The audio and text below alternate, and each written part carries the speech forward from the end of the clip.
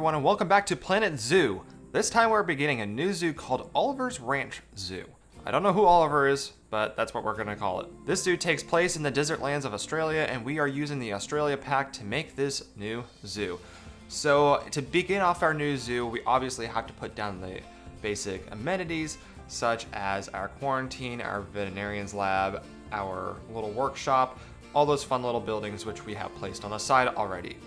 Now we are going to be bringing in the Red Kangaroos today as our first animal, which cost me a lot of money in terms of conservation credits in the game because everything's inflated on like day one of the new DLC pack as usual. But we do have a basic idea of what we're going to be going for. It's not going to be a completed idea during this episode just because we are on franchise mode. We don't have all the in-game money resources in order to successfully make this zoo look perfect at this moment in time. So we're gonna have to come back to this area and really work on it some more in the future, which will bring forth some new creativity hopefully. And if you have any suggestions, please leave them down below as it may be featured in a future episode. Anyhow, we're bringing in just a basic idea of having a small little river and having a bridge going over that to begin off our zoo. I feel like this is going to bring a new little zoo entrance that we don't have yet, kind of what the idea was first when we started the Katahdin Zoo, which was now a canceled zoo and a canceled series, but that was our first zoo on Planet Zoo. So we're bringing back that idea, and I think it's going to work a lot better this time.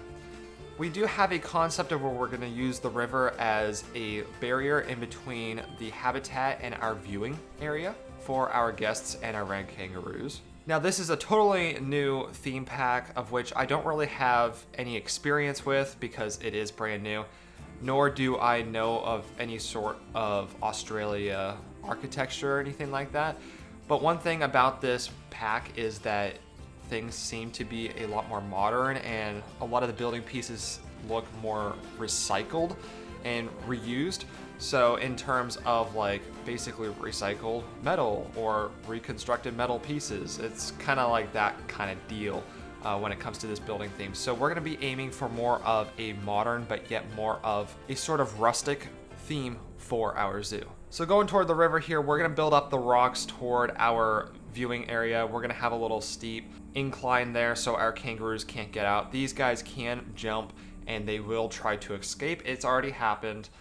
Although our kangaroos are not in here yet, I will tell you right now, it has happened and it scared away all my people. The viewing area is a little bit weird just because we have a new path that we're using, which is more of a clay, earthy sand path. I'm not quite sure the right concept for it because they just call it an earth path. Very interesting concept, but that's what it is.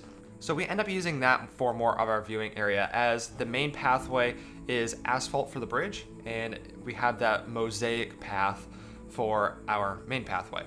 So I didn't want to use that too much just because it looks very fancy. So I'm going to use it for the main pathway and just kind of have more of an urban or more of a developed area for that pathway. So we'll end up putting a lot of our food buildings near that pathway and such. So it just gives a little bit more of an organizational set. So for this habitat, we did end up building it a little bit too large to begin off with. These guys only really need around 300 to 400 square meters of space for their habitat. So we end up taking down some of the barriers and reconstructing them a few times just to limit the space. I also end up deciding to throw in this big rock structure in the middle just to make it look like we have a bit more variety to our land, which is what we end up doing. And we end up building it up so it's almost like a mesa type feel. So it's not completed. We don't have anything behind it. So it's really just an idea that we're putting into place to expand our zoo off of. So it just breaks up the habitat a little bit more. We have a big rock structure in the middle. So it makes the habitat still feel pretty large and doesn't make it seem so square as well.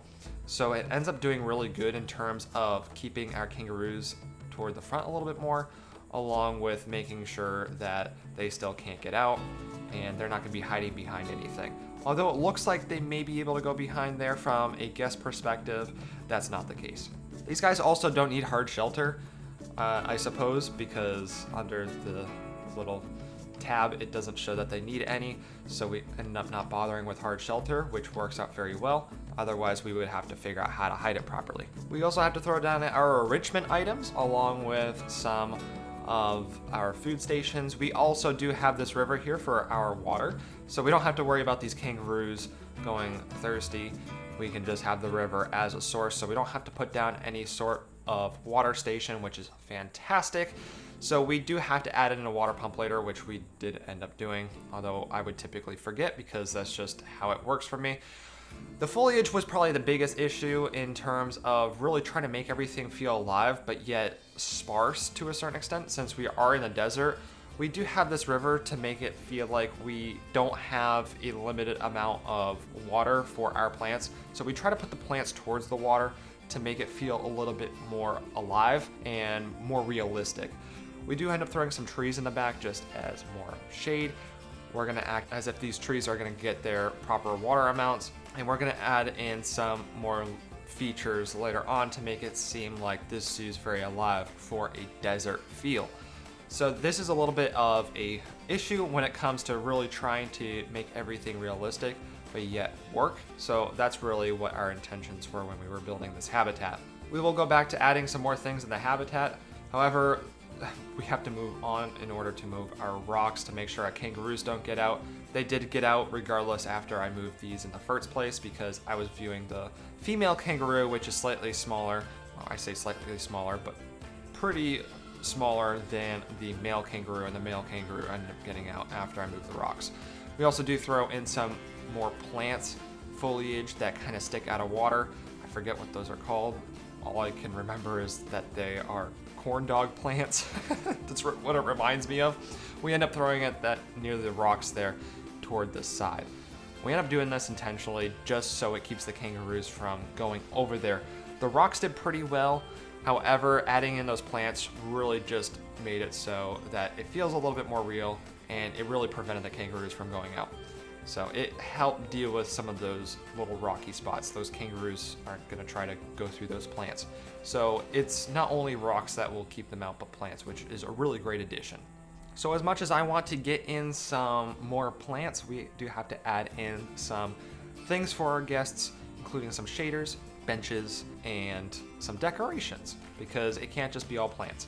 So we end up throwing in some shaders, and we end up putting in a basic bench from the regular Planet Zoo, which I thought looks a little bit better than the bench that comes with this Australia pack.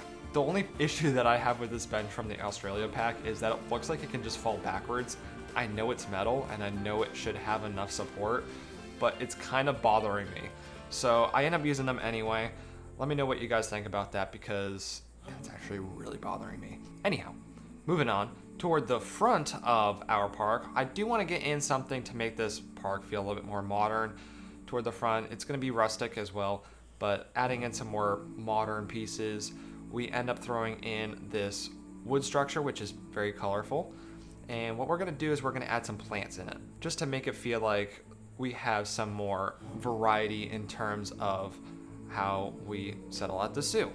So what we end up doing is we end up throwing in some mulch inside, and we also have like a little mulch further down in the corner. I don't know if you guys saw that, but we're really just getting some sort of tiered layer system here where we're adding some plants onto this just to make it feel like not everything here is natural and things look pretty neat in just terms of architecture. So we end up throwing in some flowers and a small tree on top, which I thought was a pretty neat addition. I didn't want it to look too out of place, so I may end up redoing it later. It is a little bit tall. However, it may go along with how we construct our bridge for the future. Since I just mentioned the bridge there, we don't have any railings on the side. I did end up going back in and adding in some railings. Now, when I added in the railings, we went into the pathing unit. Basically, we just replaced the bridge and the paths have the added railings. I didn't add any custom railings in yet because I do want to customize the bridge. However, I just didn't get to it this time. Not to mention, we did deal with an issue as well with our bridge. People were viewing the kangaroos from the bridge instead of going over to the viewing section. So later you will find it that I actually end up replacing the steel mesh along the water with just the wooden barriers. which it doesn't work out the way I wanted it to. However, we may find a way to avoid our guests from viewing the bridge in some sort of other way. So we just haven't figured that out yet. We also want to make sure we add in some other decorations in terms of fences. There are some pretty neat fences in terms of what came in the Australia pack.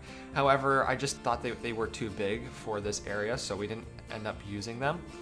What we end up doing is we have these little wood logs and wood planks, and we end up putting those together just to make like a little side area over here where I feel like people can sit down a little bit more and just kind of relax. So this is more of like a side viewing area, but more of like a relaxation type area.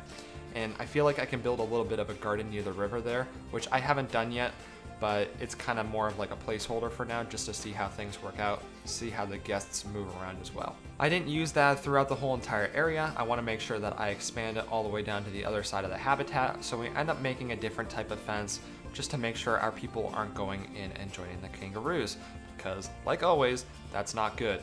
And we're always trying to think of those things when we make these habitats.